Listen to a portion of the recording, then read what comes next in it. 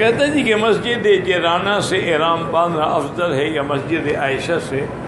پہلی بات تو یہ سمجھیں کہ امام شافعی اور امام ابو حنیفہ رحمۃ اللہ علیہ کے نزدیک جیرانہ سے بھی عمرہ کرنا جائز ہے اور مسجد عائشہ سے بھی جائز ہے۔ اب ایک علمی اختلاف ہے، یہ اختلاف جو ہوتے ہیں نا ائمہ میں، یہ علمی اختلاف ہوتے ہیں، تیری میری طرح روٹی کے اختلاف نہیں ہوتے کہ روٹی پہ جھگڑا، تنخواہ پہ جھگڑا، حلوے پہ جھگڑا، نہیں یہ نہیں ہوتا ہے نا جی۔ اسی لیے وہ ہمارے ایک بزرگ تھے نا، فوت ہو گئے، نام میرے دماغ میں نہیں آ رہا، وہ کہتے تھے حضرت یہ مصیبت یہی ہے کہ پہلے حلوہ ہوتا ہے، پھر جلوہ ہوتا ہے، پھر بلوہ ہوتا ہے۔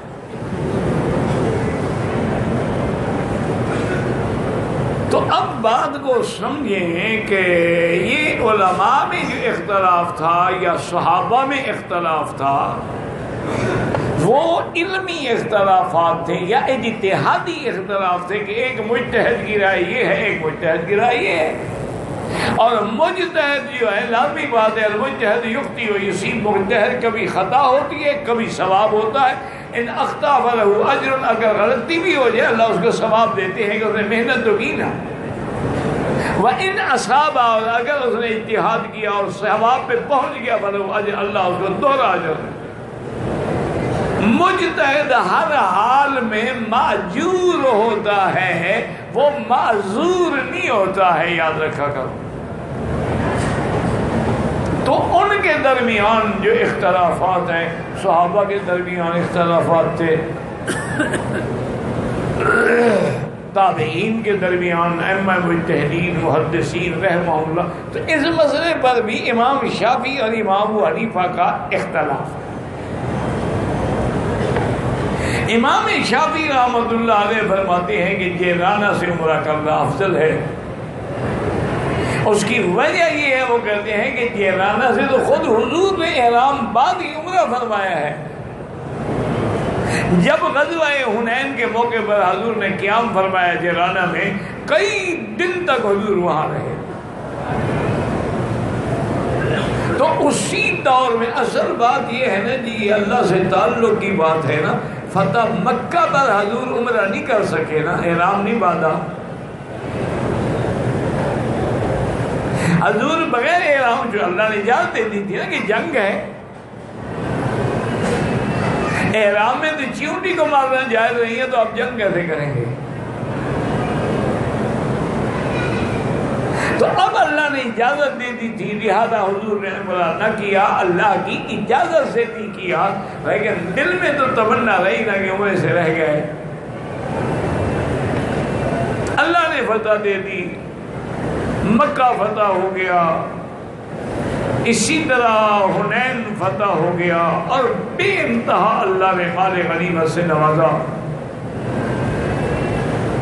تو اب حضور اپنی اس تمنا کو پورا کرنے کے لیے جیرانہ سے احرام باندھ کے تشریف لے آئے، آگے مکے میں۔ اچھا، خدا کی شان ہے، بہت سارے صحابہ کو پتہ ہی نہیں ہے وجہ کیا تھی کہ حضور وہاں عشاء کی نماز وہیں پڑھی، آگے عمرہ کیا، فجر کی نماز جیرانہ میں پڑھی، لہٰذا صحابہ کے رات تو یہی تھے، فجر کو بھی یہی تھے۔ اس لیے بہت سارے صحابہ کو پتہ ہی نہیں لگا، حالانکہ حقیقتاً حضور نے عمرہ فرمایا۔ تو اب امام شافعی رحمۃ اللہ علیہ کی دلیل کیا ہے؟ وہ کہتے ہیں کہ چونکہ وہاں سے حضور پاک نے عمرہ خود فرمایا ہے، لہذا وہ افضل ہے۔ مسجد عائشہ سے حضور نے عمرہ تو نہیں کیا نا۔ امام ابو حنیفہ رحمۃ اللہ علیہ کی دلیل ہے کہ نہیں، مسجد عائشہ سے عمرہ کرنا افضل ہے۔ اس لیے وہ فرماتے ہیں کہ جناب وہ فعلی حدیث ہے کہ حضور نے عمرہ فرمایا تو فعل رسول ہے، یہ قول رسول ہے، اور قولی حدیث جو ہے فعلی سے افضل ہوتی ہے۔ مسجد عائشہ سے تو حضور نے حکم دیا بی بی عائشہ کو کہ جاؤ عمرہ کرو، تو یہ قول رسول ہے۔ ساری شریعت قول رسول کا نام ہے۔ فعل تو جواز کے لیے بھی ہوتا ہے کہ حضور نے ایک فعل کر لیا، امت کو پتہ لگ جائے کہ یہ چیز جائز ہے، لیکن بعد میں جو طاقت ہے، جو قوت ہے، وہ تو قول رسول میں ہے۔ اسی وہ امام صاحب فرماتے ہیں کہ مسجد عائشہ سے عمرہ افضل ہے۔ اب بعد ائمہ فرماتے ہیں کہ عمرہ تو جائز ہے جیرانہ سے بھی مسجد، لیکن اگر ضرورت ہو، ایک عورت نہیں کر سکی حیض کی وجہ سے، تو چلو یہاں سے کر لیں۔ امام صاحب فرماتے ہیں کہ یہ بات نہیں ہے، یا تو کہو کہ جائز ہی نہیں، اگر جائز ہے تو سب کے لیے جائز ہے، عذر کا کیا معنی؟ بی بی عائشہ ہر سال جب حج پہ آتی تھی یہ عمرہ پھر کرتی تھی، یہاں سے مجھے حضور نے حکم دیا تھا، تو ہر وقت بی بی معذور نہیں ہوتی تھی۔ اور دوسری بات یہ ہے کہ اگر یہ صرف ان عورتوں کے لیے ہے یا صرف بی بی عائشہ کے لیے، حضور فرما دیتے خاصۃ لک صرف تیرے لیے ہے، عموم میں تو نہ چھوڑ دیتے نا۔ تو بہرحال آپ چاہے جیرانہ سے کریں، چاہے تنعیم سے کریں، یا کوئی عرفات چلا جاتا ہے تو عرفات بھی چونکہ حد حرم سے باہر ہے، واپسی پہ وہاں سے احرام باندھے، وہاں سے بھی عمرہ کر سکتا ہے۔ کوئی حدیبیہ چلا جاتا ہے، حدیبیہ بھی حد حرم سے باہر ہے، وہاں سے بھی چونکہ حد حرم کے باہر سے جا کر جہاں سے مرضی ہے احرام باندھ کے عمرہ کر سکتے ہیں۔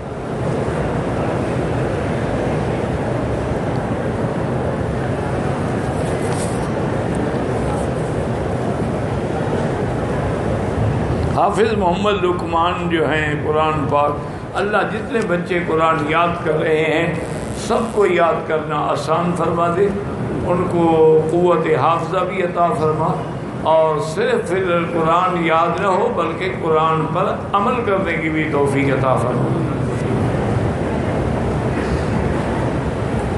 اس لیے بزرگ کہتے ہیں نا کہ العلم بغیر عمل وبال والعمل بغیر علم ضلال، کہ آدمی کے بعد علم ہو اور عمل نہ کرے یہ بھی ایک مصیبت ہے، اور آدمی عمل کرے لیکن علم نہ ہو وہ تو گمراہی ہے۔ جب علم ہی نہیں ہے تو بس اپنی مرضی سے کر رہا ہے، مرضی آئے تو مروہ سے دوڑنا شروع کر دے، اور مرضی آئے تو صفا سے شروع کر دے، مرضی آئے تو 7 چکر لگا لے، مرضی آئے تو 14 چکر لگا لے۔ علم تو ہے ہی نہیں ہے، جو مرضی آئے کر رہا ہے۔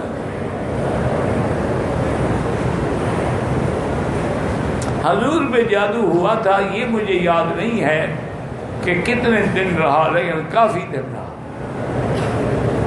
جادو ہوا تھا اور جادو کیا تھا سب سے پہلے تو لبید ابن العاصم کی لڑکیوں نے کیا، لیکن ان کا جادو نہیں چلا، پھر خود لبید ابن العاصم نے جادو کیا تو اس کا اثر ہو گیا حضور، لیکن اس جادو کے اثر کا تعلق دین سے یا تبلیغ سے یا فرائض سے یا نماز سے نہیں تھا۔ وہ جیسے حضور پڑھاتے تھے اسی طرح پڑھاتے رہے، کوئی ذرے برابر بھی فرق نہیں آیا۔ وہ جادو کا اثر یہ تھا کہ آپ کو بھوک نہیں لگتی تھی، کھانا آگے رکھ دیا تو 2 لقمے کھا لیے ورنہ مانگتے نہیں تھے، اپنی بیویوں سے ملنے کی خواہش ختم ہو گئی، یہ اثرات تھے۔ بہرحال مجھے دنوں کا تو پتہ نہیں ہے لیکن کافی عرصے تک رہا، شاید تقریباً 1 مہینے تک اس کا اثر رہا۔ پھر اللہ نے حضور کو خواب دکھلایا، آپ نے خواب میں دیکھا کہ ایک فرشتہ میرے سرانے کھڑا ہے، ایک فرشتہ میرے پاؤں کی طرف ہے، تو وہ پوچھتا ہے کہ ما بہذا الرجل، اس کو کیا ہے؟ اس نے کہا کہ ان پہ جادو ہوا ہے۔ تو اس نے کہا کس نے جادو کیا؟ اس نے کہا لبید ابن العاصم نے۔ اس نے کہا کس چیز میں جادو کیا؟ اس نے کہا فی مشتن، ایک کنگھی ہے اس میں بال ہیں اور وہ فلاں جگہ کنواں جو ہے اس کے نیچے دفن کی گئی ہے۔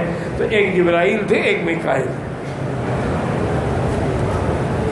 تو بہرحال جادو ہوا، لیکن کتنے دن تھا اللہ عالم۔ لیکن ایک بات یاد رکھو، مجھے خود آپ کا سوال پڑھ کے سمجھ نہیں آ رہا، 4 دن رہا ہو تو آپ مانیں گے، اگر 1 دن رہا ہو تو نہیں مانیں گے۔ تو اس لیے محدثین کو ان چیزوں کی ضرورت نہیں تھی کہ تاریخ لکھ کے دن لکھتے ہیں، یہ تمہارے دماغوں میں کیڑا ہوتا ہے۔ جادو ہوا بس بات ختم ہو گئی۔ حتیٰ کہ جب جادو نکالا گیا حضرت علی کنویں میں اترے تو فرماتے ہیں اس کنویں کا پانی ایسے تھا جیسے کأنہا نخالۃ حناء، جیسے مہندی ملا ہوا پانی ہوتا ہے اس کا رنگ کا پانی تھا، اور وہاں جو باہر اس کنویں کے باہر کھجوریں تھیں وہ بھی ایسے تھی کأنہا رؤوس الشیاطین، جیسے شیطانوں کے سر ہوں، ٹنڈ منڈ کچھ بھی نہیں تھا ان پر۔ بڑا خوفناک یعنی وہ جگہ تھی۔ تو انہوں نے نکالا تو کنگھی نکلی، کنگھی میں حضور کے بال مبارک اس بدبخت نے لپیٹے تھے اور سوئیاں لگائی تھی۔ اب حضور پاک محبت تین بھی پڑھتے رہے، قل اعوذ بالفلق من شر ما خلق، اور اس کو بھی کھولتے گئے اور سوئیاں بھی نکالتے گئے۔ تو حضرت علی فرماتے ہیں جیسے جیسے سوئیاں نکلتی گئیں سر عن رسول اللہ، حضور سے ایسے چہرہ آپ کا گلاب کی طرح کھل گیا۔ آپ نے پھر وہی کنویں میں پھینک دی، واپس آئے، بی بی عائشہ کو بتایا، بی بی عائشہ نے بھی کہا یا رسول اللہ اگر آپ وہ لے آتے کنگھی بھی اور وہ بھی ہم دیکھتے تو ظالموں نے کیسے۔ آپ نے فرمایا میں نہیں چاہتا کہ سترے کو اچھالا جائے، اللہ نے مجھے شفا دے دی، بات ختم۔ تو حضور نے بھی بحث نہیں کی، پتہ نہیں تمہارے دماغ میں کیوں دن گننے کا شوق ہوا ہے۔ انا للہ و انا الیہ راجعون۔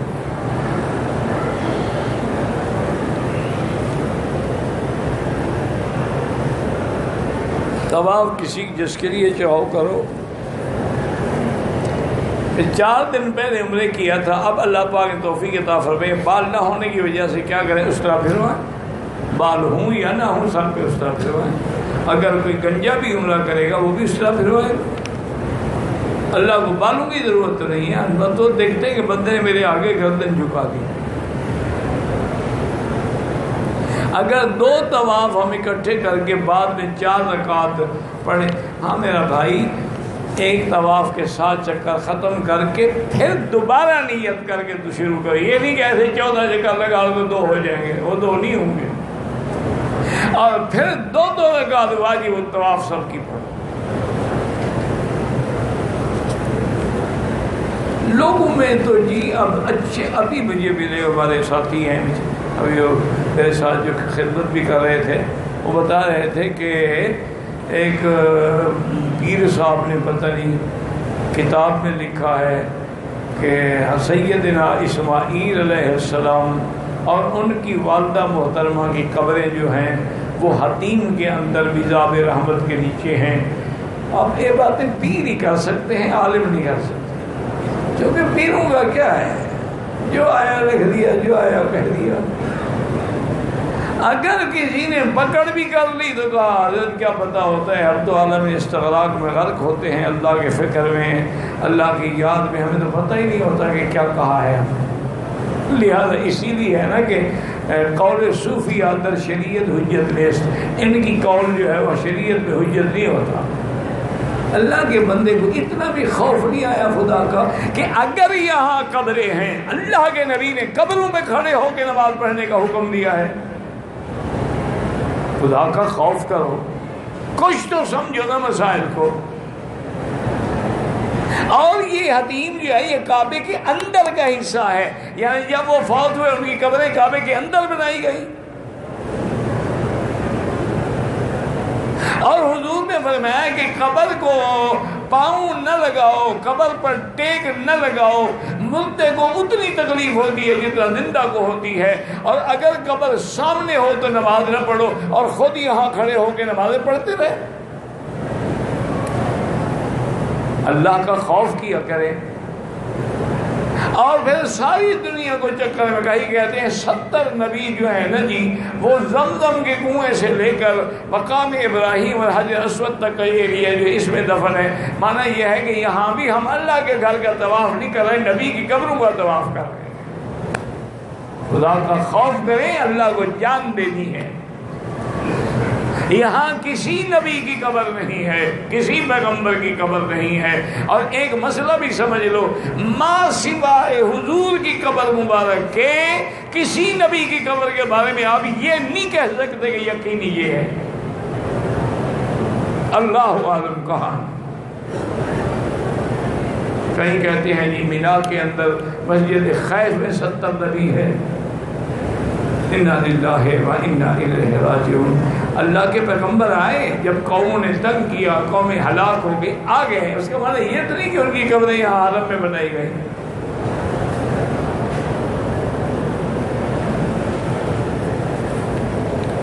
لڑکے والے جو ہیں شیعہ ہیں، لڑکی سے بالکل نکاح نہ کریں.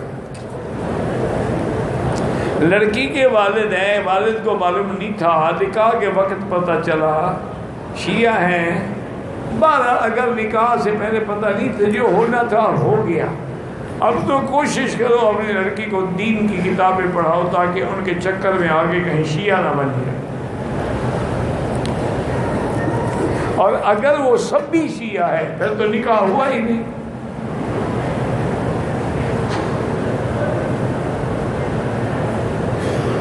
اللہ آپ کو سید بڑی مہربانی. آپ دعا کرتے ہیں جنت البقیع مدینہ میں جگہ جگہ لکھا ہوا ہے قبر پر فاتح یاسین سورت پڑھنا منع ہے. بالکل منع ہے، ٹھیک ہے. کبھی صحابہ نے آ کر قبر پہ بیٹھ کے سورت یاسین نہیں پڑھی، کبھی حضور پاک نے قبر پہ کھڑے ہو کر سورت نہیں پڑھی. جو لکھا ہے ٹھیک لکھا ہے. یہ تو ہم نے رواج بنائے ہوئے ہیں نا. لیکن ہم بھی ماشاءاللہ پیسے والوں کی قبر پہ پڑھتے ہیں. کبھی غریب کی قبر پہ بھی پڑھا. گھر میں بیٹھ کے پڑھو، ثواب اللہ نے دینا ہے.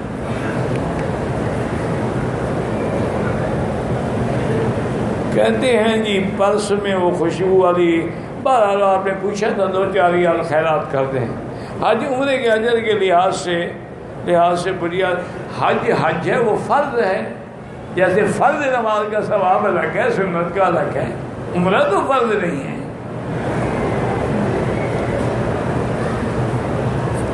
اگر عمرے کی حالت میں، احرام کی حالت میں سو گئے اور کپڑا ناک پہ یا چہرے پہ آئے، کچھ نہیں ہوتا. ہمارے سندھ میں لا الہ الا اللہ کا ورد کرتے ہیں، اللہ کا نام لیتے ہیں تو ٹھیک ہے. ان سے تو بہتر ہے نا جو قوالیاں سنتے ہیں، جو گانے سنتے ہیں، حجرے لگاتے ہیں، تو اللہ کا نام تو لے رہے ہیں.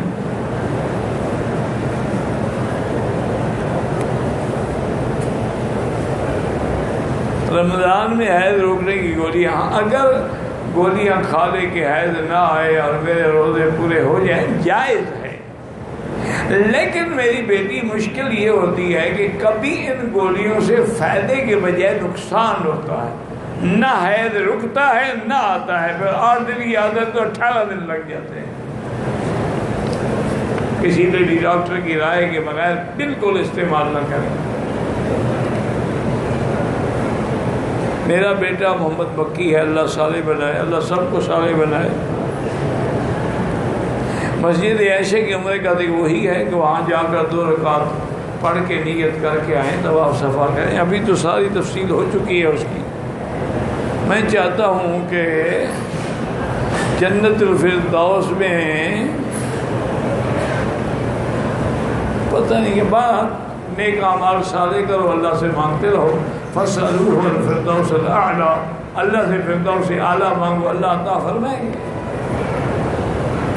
شب برات کے بارے میں کوئی حدیث مبارک صحیح نہیں ملی آج تک، لیکن اقوال علماء مجتہدین محدثین ہیں کہ یہ بڑی برکت والی رات ہے. اسی میں ساری وہ کشف تیار ہوتی ہے، تنفیذ لیلۃ القدر میں ہوتی ہے.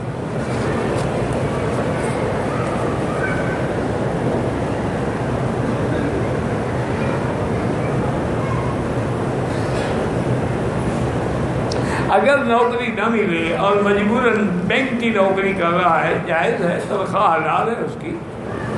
کوشش کرتا رہے، جب دوسری جگہ مل جائے چھوڑ دے. وہ سود تو نہیں کھا رہا، وہ تو اپنے وقت کے پیسے لے رہا ہے.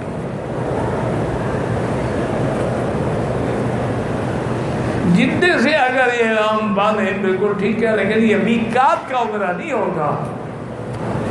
اپنے ملک سے باندھ کے آئے.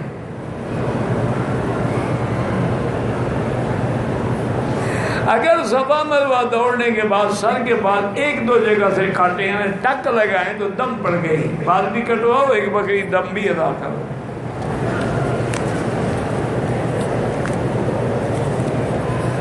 اصل میں رواج ہے نا جی، وہاں کھڑے ہوتے ہیں کینچیاں لے کر، کیونکہ امام شافعی کے نزدیک 2 بال بھی کاٹو تو کام بن جاتا ہے. تم تو شافعی نہیں ہو نا، اس لیے آدمی کو لحاظ رکھنا چاہیے. اتنا خرچ کر کے میں عمرے پہ آیا ہوں تو سر منا، اور حضور پاک نے ہمیشہ سر پہ اس طرح پھروایا، صرف ایک دفعہ بال کٹوائے، اور وہ بھی سارے سر کے بال کٹوائے. یہ نہیں ہے کہ ٹک لگایا ہو، ہمیشہ حضور نے 4 عمرے کیا، ایک حج کیا، اس طرح پھروایا.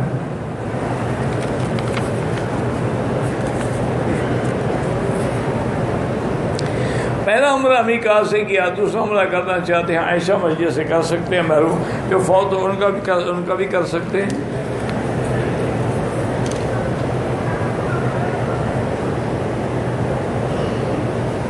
نماز میں اللہ کے گھر میں تو 1 لاکھ کا ثواب ملتا ہے، لیکن تبلیغ والے کہتے ہیں 49 کروڑ کا ملتا ہے. میرا بھائی، دین کی تبلیغ ہوگی تو تم مکے میں آؤ گے. یہی بات تمہیں کون بتائے گا کہ 1 لاکھ ملتا ہے؟ کوئی عالم ہی بتائے گا. جب دین کی تبلیغ ہی نہیں ہوگی تو ثواب کا پتہ کیسے چلے گا تمہیں؟ لازمی بات ہے کہ تبلیغ کا ثواب زیادہ ہوتا ہے. اسی لیے تو انبیاء نے ہجرت کی، مکہ چھوڑا. میں حضور کے لیے قربانی کر سکتے ہیں. حضرت علی ہر سال کرتے تھے. اگر عمرے کی نیت نہ ہو اور صفا دوڑی جائے تو بس ایسے سمجھ لیں کہ آپ جاگنگ کر رہے ہیں، ثواب تو کوئی نہیں. تو وہاں چونکہ موقع نہیں ملتا تو آپ اسی میں دوڑ کے اپنی واک پوری کر لیں. ثواب تو تب ہوگا جب نیت ہوگی، احرام ہوگا.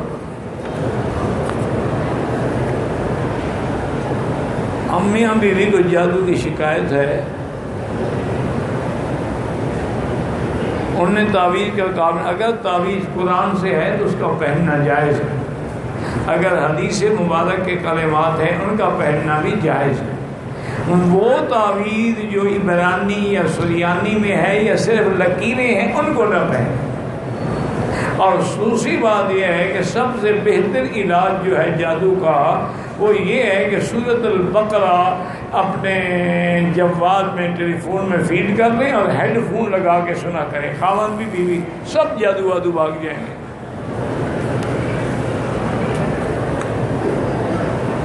طواف میں صرف احرام کی حالت میں، ہاں رمل صرف احرام کی حالت، آگے پیچھے نہیں ہوتا. عورتیں طواف محرم کے ساتھ کریں، اکیلے بھی کر سکتی ہیں. بیت اللہ کے ساتھ رکن یمانی ہے، چونکہ یمن کی طرف ہے تو یمانی ہے، اس کا چومنا منع ہے، ہاتھ لگانا سنت ہے.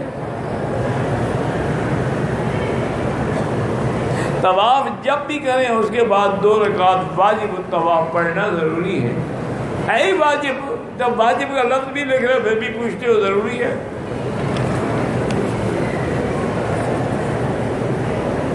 لوبان کا تیل کہاں سے ملے گا؟ کسی پنساری کی دکان پہ جا کے پتہ کریں. میری دکان نہیں ہے تیل بیچنے کی. پاگل بنانا کسی انا للہ، یہ بھی احساس نہیں کرتے اللہ کے بندے. ایک تو خود میں بیمار ہوں، دوسرا 2-3 دن سے میری گھر والی بیچاری کو وہ گر گئی تھی، اللہ نے بچا لیا. ہڈی تو نہیں ٹوٹی لیکن وہ بالکل صاحب فراش ہے، اٹھ نہیں سکتی، بیٹھ نہیں سکتی. وہ ایک الگ مسئلہ ہے.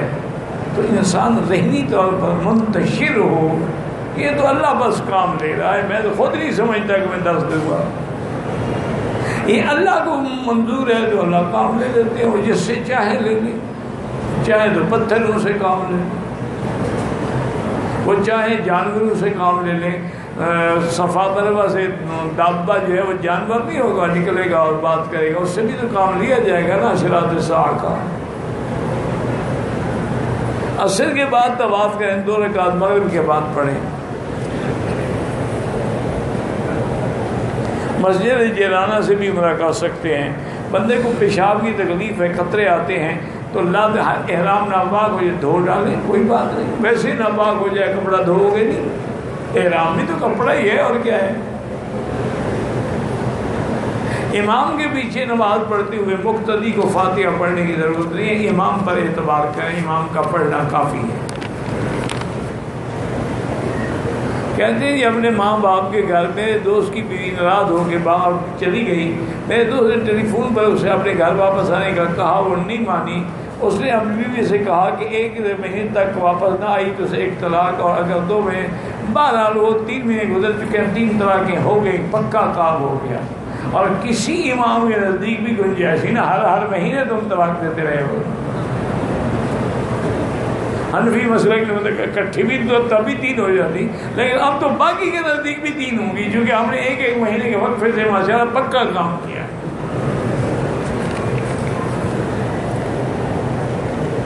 میری شادی کو 4 سال ہو گئے ہیں، اولاد نہیں ہوتی، وظیفوں سے اولاد اگر ہوتی تو شادی کی پھر کیا ضرورت ہے؟ وظیفہ پڑھ لیتے، بچہ اوپر سے گر جاتا۔ اللہ کے بندے اپنا علاج کراؤ، چیک اپ کراؤ، خامد میں نقص ہے، بیوی میں نقص ہے، علاج بھی کراؤ، پھر دعا بھی مانگو۔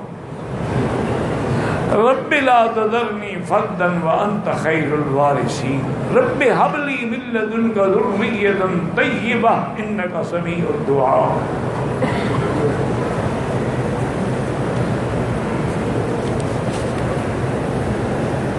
اللہ پاک سے سیدھا مانگے، ربنا آتنا فی الدنیا حسنۃ، کسی واسطے کی ضرورت نہیں ہے۔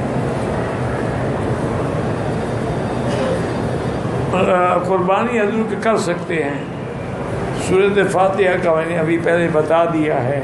طواف نماز دوسرے مسلمان بھائی کو ثواب پہنچا سکتے ہیں۔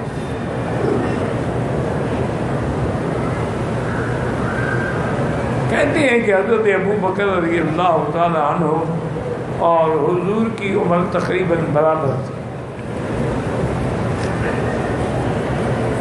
یہ چیزیں جو ہے نا، الاصابہ فی حیات الصحابہ کتاب کا نام ہے، وہ لے لیں، اور میں ہر صحابی کا ماشاءاللہ تفصیل ہوتی ہے۔ ہم لوگ پاکستان سے مدینہ آتے ہیں، پہلا عمرہ مدینے سے کیا، دوسرا عمرہ کرنا چاہتے ہیں، 12 اس کے لیے آپ کی مرضی ہے، مسجد عائشہ سے کریں، جیرانہ سے کریں، پھر مدینے چلے جائیں، پھر طائف چلے جائیں، آپ کی مرضی ہے۔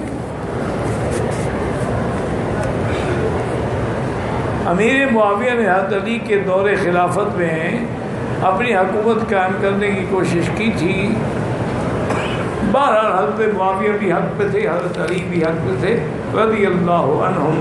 اللہ نے جب کہہ دیا کلًا وعد اللہ الحسنیٰ، میرا دونوں کے ساتھ جنت کا وعدہ ہے، تم کون ہو جھگڑے میں پڑنے والے؟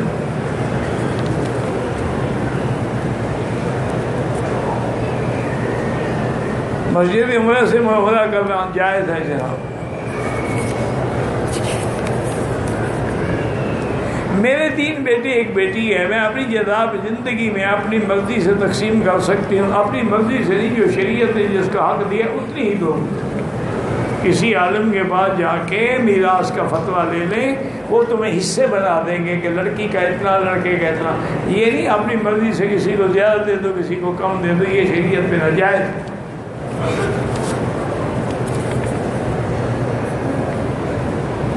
اسلام کی یہ پوچھنا، ہم پاکستان میں کرنے کے لیے آتے ہیں، جماعت کے ساتھ نماز ادا کریں گے، جماعت کے ساتھ نماز ادا کریں، اگر اکیلے پڑھیں تو قصر کریں گے۔ ایسا بھی کوئی بدبخت ہے کہ حرم کی جماعت چھوڑ دے؟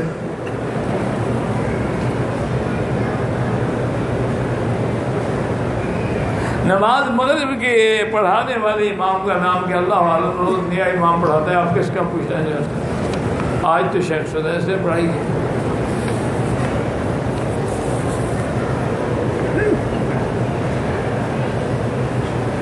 کئی مرتبہ ہندا ذکر آیا ہے، ایک مرتبہ ان کے نام با کے ساتھ،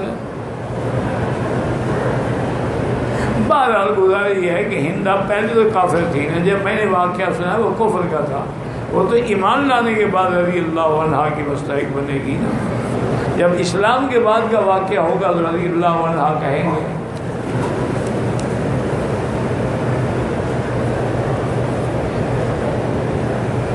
ہر دفعہ عمرے کے لیے گنج کرانا ہوگا؟ ہاں جناب، بالکل گنج کرانا ہوگا۔ اگر آپ کے فیشن میں فرق پڑتا ہے تو عمرہ نہ کرو، کوئی چاکلیٹ کھا لو بس۔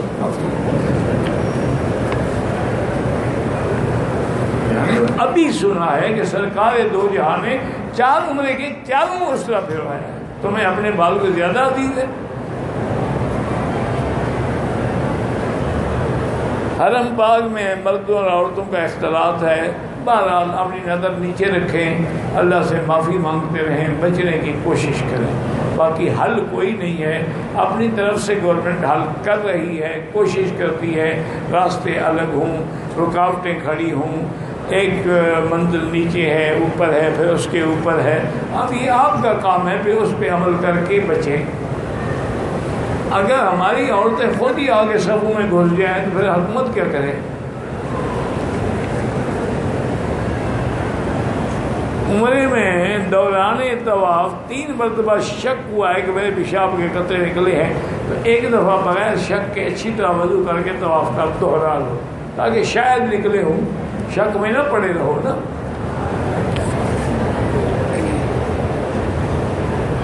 دو طواف یا 3 اکٹھے کر کے بعد میں 2 رکعت پڑھ سکتے ہیں۔ عورت اپنے بال جو ہے پیچھے لے جائے، جہاں انتہا ہو وہاں ایک پور کے برابر کاٹ لے۔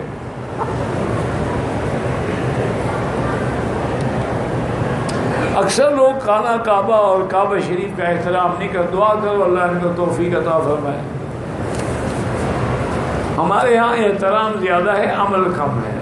ہم اذان بھی ہو تو احترام کریں گے، نماز نہیں پڑھیں۔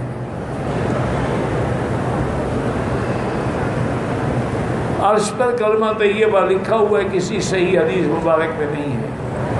آدم علیہ السلام کی توبہ 40 سال کے بعد حضور کے وسیلے سے قبول ہوئی، بالکل جھوٹ ہے۔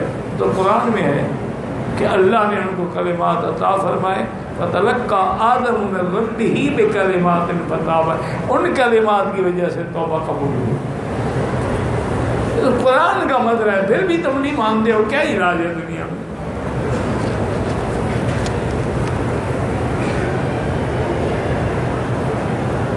کہ کوئی شخص عمرہ کرے اور سر نہ مڈائے، حل نہیں کروں گا، عمرہ ہی نہیں ہوگا۔ اگر حل کا انکار کرے گا تو کافر ہو جائے گا، کیونکہ حل تو قرآن کا حصہ ہے، محلقین رؤوسکم ومقصرین لا تخافون۔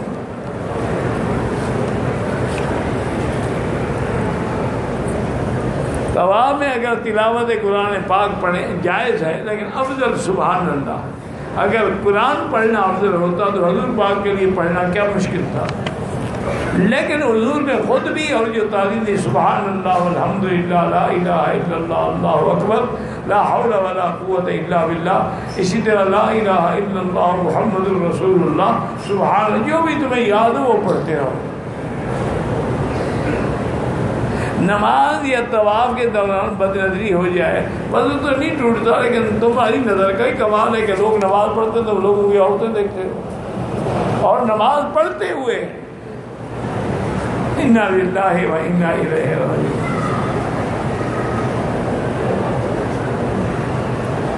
بہرحال یہ ہے کہ حنابلہ کے نزدیک ثواب، امام شافعی کے نزدیک بھی قرآن پڑھ کے بخشا جائے ثواب نہیں ہوتا۔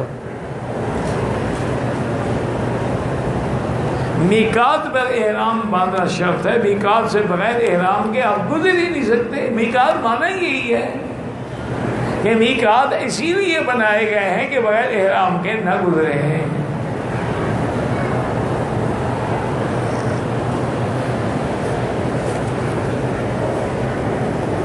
ایک عورت نے عمرہ کیا، بعد احرام کھولنے سے بعد دوسرے دن کٹوائے، بہرحال کٹوائے تو ٹھیک ہو گیا۔ کم عمری میں لڑکا لڑکی کا نکاح پڑھا جائے، بالکل نکاح تو ہو جاتا ہے، لیکن نہ کیا کریں، کیونکہ بعد میں جھگڑے پیدا ہوتے ہیں، اور لڑکی کو بھی خیال البلوغ ہوتا ہے کہ بالغ ہوتے ہوئے وہ ماں باپ کے نکاح کا انکار کرنا چاہے کر سکتی ہے۔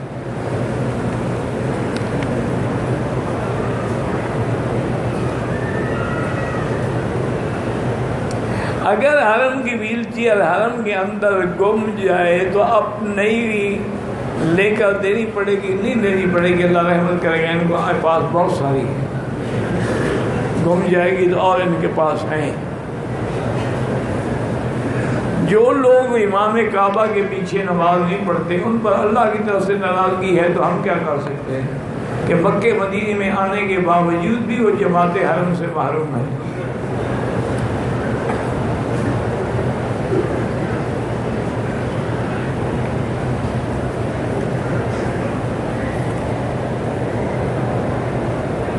زمزم میں ملاوٹ نہ کریں، کوئی چیز تو خالص رہنے دیں، ہر چیز تو 2 نمبر کا بناؤ۔ پھر ملاوٹ کرنی ہے نا تو ایسا کریں کہ لے جائیں اور اپنے محلے کے کنویں میں ڈال دیں، بس محلے والے پیتے رہیں۔ یہ تھوڑا تھوڑا ملانے کا کیا فائدہ؟ پہلے لوگ جو تھے نا جی دودھ میں پانی ملاتے تھے، اب تو پانی میں دودھ ملاتے ہیں۔ عبد الرحمن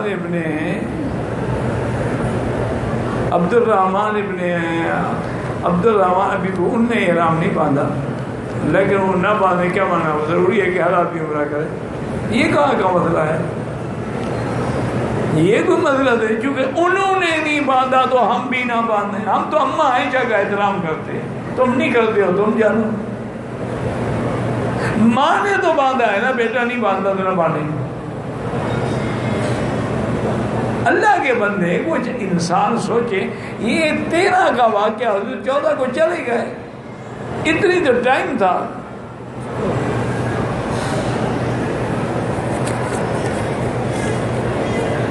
ایثار ثواب انفی مسلک میں جائز ہے، امام شافعی قائل نہیں ہے، لیکن وہ عمرے کا اور حج کا تو وہ بھی قائل ہے کہ کسی کے لیے کرے تو ثواب ہوتا ہے۔ طواف کرتے وقت تھک جائیں، بیٹھ جائیں، چکر اگست کر کے پھر چکر پورے کر لیں، کوئی بات نہیں۔ شیعہ کے ساتھ کاروبار تو کر سکتے ہیں، آپ ساری دنیا یہودیوں کے ساتھ کاروبار نہیں کر رہی۔ مسلمانوں کے پلے ہے کیا؟ آپ نے تو سوئی بنانا بھی نہیں سیکھا، آپ نے تو کبھی کھانسی کی شربت بھی نہیں بنائی ماشاءاللہ۔ یہ ساری تو کافروں ہی لے کے پی رہے ہیں نا۔ بہرحال کاروبار جائز ہے، لیکن کوشش کرو بچنے کی، کیونکہ اسی طرح باطل اندر گھستا ہے۔